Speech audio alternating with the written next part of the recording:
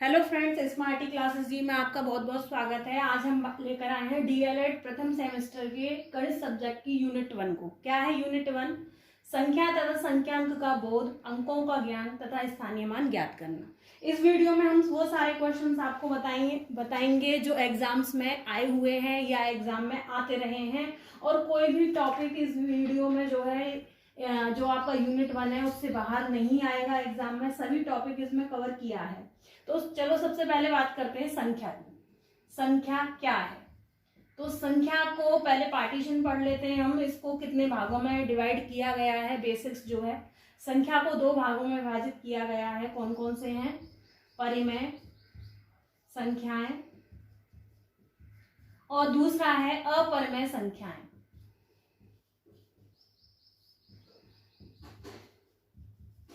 ठीक है।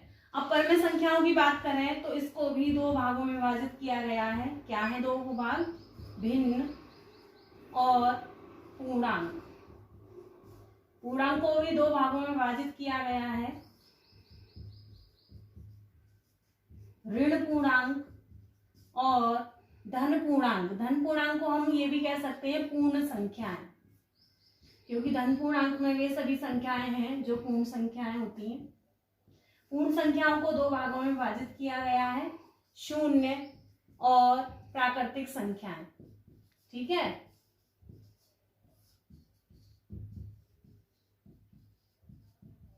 शून्य और प्राकृतिक संख्याएं। तो ये डिवाइडेशन संख्या क्या हो गया। अब जो आपके यूनिट 1 में है वो यूनिट 1 में इतना ही कवर है। पूर्ण संख्याएं क्या होती हैं, प्राकृतिक संख्याएं क्या होती हैं, शून्य का रोल, इनका कोई भी कवर नहीं है। ये आगे आपके सेमेस्टर्स में आएंगे तो आप उन वीडियोस में इनको देखना। तो पहले हम बात करेंगे इन्हीं 3 टॉपिक की, पूर्ण संख्याएं, प्राकृतिक संख्याएं और शून्य के बारे में। ठीक है। तो पहले हम इसको जो भी इसमें बताया जा रहा है वीडियो में वो आप एक कॉपी पेन लेके नोट कर लेना, क्योंकि एग्जाम में आपको दिक्कत ना हो। तो अब बात करते हैं हम प्राकृतिक संख्याओं की। प्राकृतिक संख्याएं क्या होती? प्राकृतिक संख्याओं की बात करते हैं कि प्राकृतिक संख्याएं क्या होती हैं। ठीक है। वे संख्याएं जो वस्तुओं को गिनने में प्रयोग की जाती हैं, प्राकृतिक संख्याएं कहलाती हैं।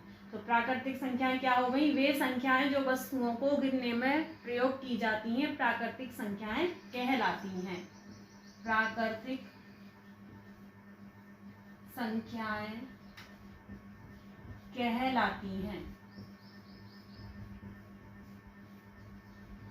जैसे 1, 2, 3, 4, 5, 6 डैश डैश डैश। प्राकृतिक संख्याओं का कहीं भी अंत नहीं है। 1 से शुरू होती हैं लेकिन इनका अंत नहीं है। इस तरीके से हम कह सकते हैं कि सबसे छोटी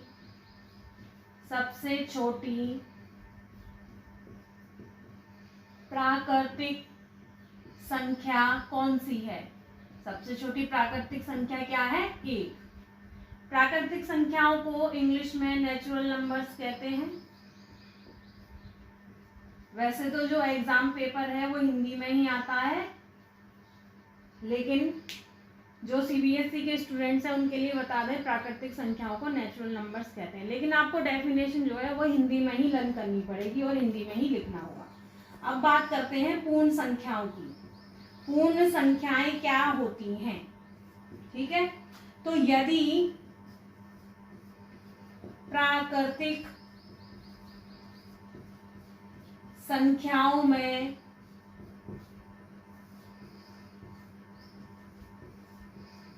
शून्य को शामिल कर लिया जाए तो उस समूह को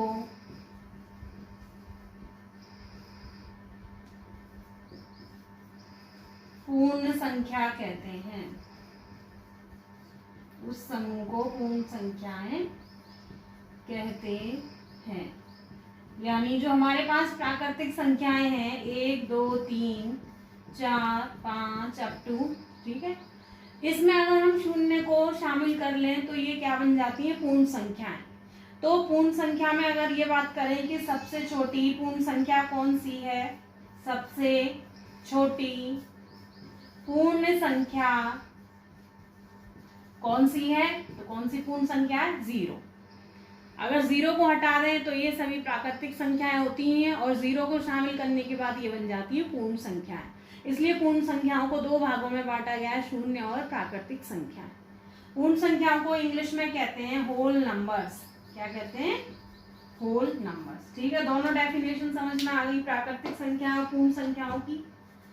तो इनको कॉपी में नोट कर लेना, जिससे आपको एग्जाम में कोई प्रॉब्लम ना हो, आसानी से रिवीजन हो सके इनका डेफिनेशन का।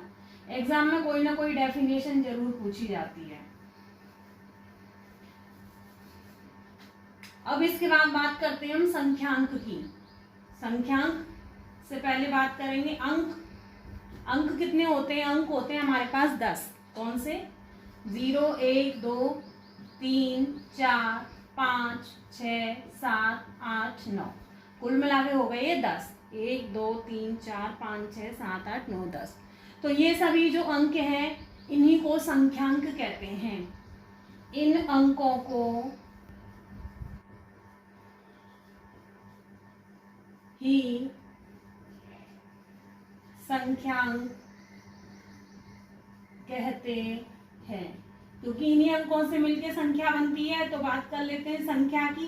संख्या कैसे बनती है, कोई भी 2 अंक ले लिए, 1 ले लिया, 0 ले लिया, 10 बन गया। 3 अंक ले लो, 3 4 0, 340, 3 अंकों की संख्या बन गई। 4 अंक ले लो, 4560, 4 अंकों की संख्या बन गई। तो संख्या की परिभाषा हम कैसे लिख सकते हैं कि अंकों से मिलकर संख्या बनती है।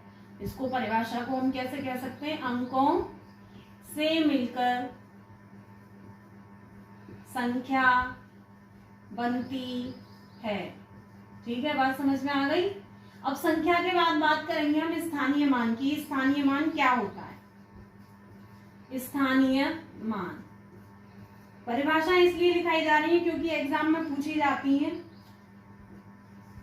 किसी संख्या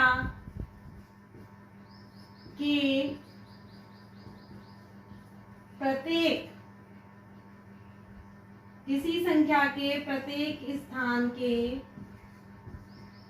संगत अंक का मान स्थानीय मान कहलाता है। अंक का मान स्थानीय मान कहलाता है। ठीक है, तो स्थानीय मान की परिभाषा हो गई, इसको नोट कर लेना। स्थानीय मान को हम समझाएंगे प्रश्नों के द्वारा, क्योंकि एग्जाम में जो है स्थानीय मान के प्रश्न पूछे जाते हैं, तो प्रश्नों के द्वारा समझाएंगे स्थानीय मान कैसे निकालते हैं, किसी भी संख्या के अंकों का स्थानीय मान हम कैसे निकाल सकते हैं। तो बात करते हैं प्रश्न नंबर 1 की। क्या है प्रश्न नंबर 1, 3477 में प्रत्येक अंक का स्थानीय मान बताओ। ठीक है, तो इसमें प्रत्येक अंक का स्थानीय मान बताना है। संख्या दी हुई है हमें 3477। कैसे स्थानीय मान निकालते हैं हम बताते हैं। इकाई, दहाई, सैकड़ा, हजार।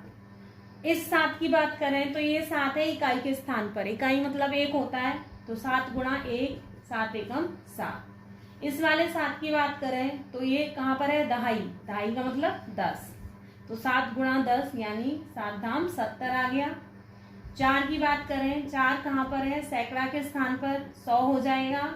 4 गुणा 100 400। 3 की बात करें, ये 3 इकाई, दहाई, सैकड़ा, हजार कहाँ पर है, हजार के स्थान पर, तो 3 में हमने हजार से गुणा करी, तो 3 गुणा हजार ये हो गया 3000। तो इस तरीके से हमें जो प्रश्न दिया हुआ था इसमें हमने सभी अंकों के स्थानीय मान निकाल लिए। प्रश्न अलग अलग तरीके से आ जाते हैं, बस तुम्हें स्थानीय मान निकालने आने चाहिए। दूसरा प्रश्न हम लेते हैं, 537 में 3 का स्थानीय मान बताइए। ठीक है, तो इसमें हमें केवल एक अंक का पूछा है तो हम केवल एक अंक का ही स्थानीय मान बताएंगे। 3 का पूछा है, इकाई, दहाई, सैकड़ा। 3 हमारा कहाँ पर आ रहा है? दहाई के स्थान पर। दहाई का मतलब क्या होता है? 10। तो हमने 3 में 10 से गुणा करी, कितना हो गया? 3 धाम 30। तो हमारे पास इस प्रश्न में 3 का स्थानीय मान कितना मिल गया? 3 का स्थानीय मान हमें मिल गया 30। तो इसमें जो प्रश्न है ये तो सिंपल हो गए। इसके अलावा और भी प्रश्न पूछे जाते हैं किस तरीके से कि जो भी अंक है उनके स्थानीय मानों का योग बताइए, उनका अंतर बताइए। इस तरीके के क्वेश्चन पूछे जाते हैं इसमें। तो वैसे क्वेश्चन भी हम आपको कराते हैं। प्रश्न नंबर 3, प्रश्न नंबर 3 है, 3334 में 3 के सभी स्थानीय मानों का योगफल बताइए।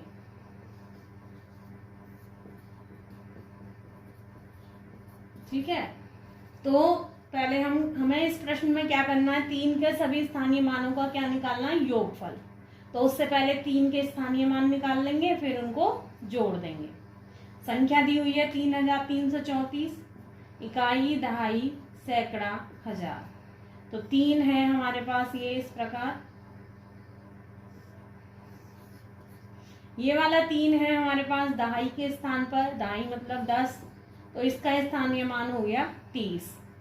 ये वाला 3 है हमारे पास सैकड़ा के स्थान पर, 3 गुणा 100, इसका स्थानीय मान आ गया 300। ये वाला 3 है हमारे पास हजार के स्थान पर, 3 गुणा 1000, ये हो गया 3000। ठीक है, अब इन्होंने क्या पूछा? योग। तो 3 के सभी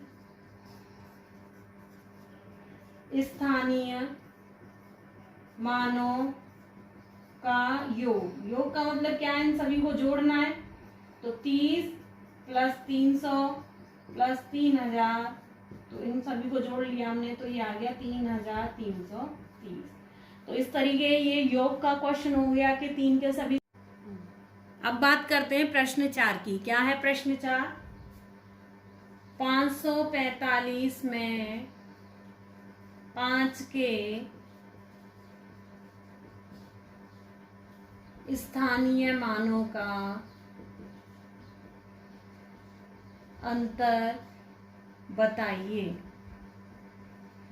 ठीक है, अंतर बताना है हमें। किसका अंतर बताना है? 5 के स्थानीय मानों का। तो 5 संख्या दी हुई है हमें 545।